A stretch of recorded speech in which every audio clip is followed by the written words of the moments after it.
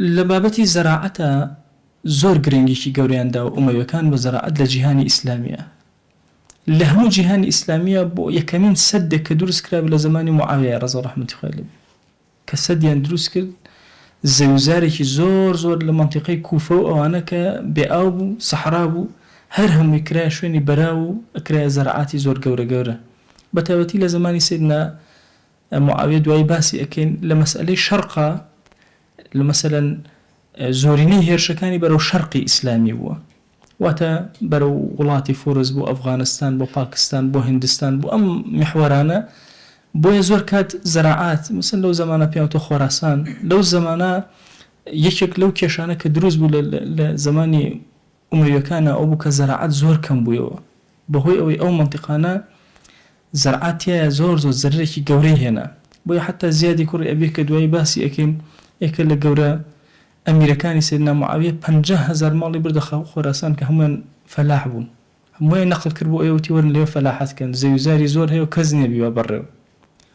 بۆیە توانیویانە ئومەویەکان کۆنتڕۆڵی زەراعەتکەن و هەموو جیهانی ئیسلامی هەر شتێکی پێویست بوو بێ هەر هەمویان جێبەجێ کرد و تەرتیب کردو. تەواان بەهۆی ئەمەوە ئیشێکی زۆر گەورەیان کرد، بەتایبەتی لە عێراقا بەهۆی سەدەکانەوە لە دوای شەڕی خەواریج و ئەوانە بەتاڵەیەکی زۆر زۆر گەورە دروست بوو. لایەک لە ڕێواتەکانە باسەکاڵێن 90,000 گەنجی بەتاڵ هەبوون لەناو عێراق، هەموویانی مەشغوڵ کرد بە زەراعەت، هەموویانی هێنا کاروباری زەراعەتی پێجێبەجێ ئەکردن. ئەمە وهای کرد تۆزێ باری سەرشانی دەوڵەت کەم کاتەوە بە ئاسانتر، یعنی سەحرای عێراقی هەر هەمووی گۆڕانکاریی گەورە بەسەرا هێنا. لە ڕووی بازرگانی زۆر گرنگیان داوە. تەبان معاویە ڕەزا ڕەحمەتی خوای لێ خۆی بازرگانە، باوکی بازرگان.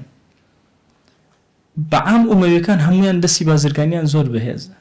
بۆیە سەیری ئەو زەمانەکەن، یعنی هیند و سین و بیزەنتنە، ئەم سێ شوێنە هەر سێکیان ڕێگەیان تەنها عالەمی ئیسلامیە، هەر هەمویان پێکەوە گرێدا بوو، کەسابەتیان شتی ئەویان ئەگواستەوە بۆ هی ئەو لاشیان ئەگواستەوە بۆ ئەوێ.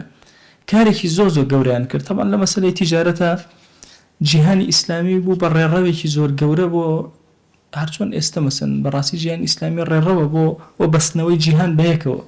عینە لە زمانی معاویە ڕەزا ڕەحمەتی خوای لێ بۆ شێوازە بوو و توانیان مەسەلەی بابەتی بازرگانی و کار ئاسانیکردن بۆ ئەو بازرگانانەی کە موسڵمان نین، بۆی بێن کەلوپەل بێنن، نەقلی شتەکان بکەن، شتی ئێرە بکڕن، شتی شوێنی تر بێن، جوڵە و حەڕەکەیەکی زۆر گەورەیان لە بازرگانیە دروست کرد. تەبان فەرمایشتێکی پێغەمبەریان هەیە صلی الله عليه و آله وسلم زۆر گەورەیە، فەرمێت 9 الرزق في التجارة، ئەگەر ڕزق بکەی بە 10 بەشەوە 9 بەشی لە بازرگانیە. ئێمە خەڵکی فێری ئەوە بۆ مەسەلەن بەس بە معاش ئیکتیفاءەکە. بازرگانی زۆر مهمە، جوڵە و حەڕەکەی تیجاری لە ئینسانە حەڕەکەیەکی زۆر مهمە، ئینسانەکان زیندوو ئەکاتەوە، دروست ئەکاتەوە. بۆیە بابەتی مەسئلەی تیجارە لە زمانی ئومەویەکانە یەکێکە لەو بابەتانەی کە معاویە ڕەزا ڕەحمەتی خوای لێ خۆی ڕاستەوە خۆ سەرپەرشتی ئەکرد و زۆر گرنگی پێ ئەدا و ئەو حەڕەکە و ئەو ڕەبتە گەورەی لە بین جیهانە دروست کرد. سناعات و حرفەکان هەر هەمووی کارێکی زۆر زۆر گەورە لەناو دەوڵەتی ئیسلامیە. ئەم بوارە کە تا ئێستا عەرزم کردن هەموو بواری اقتصادی دەوڵەتی ئیسلامی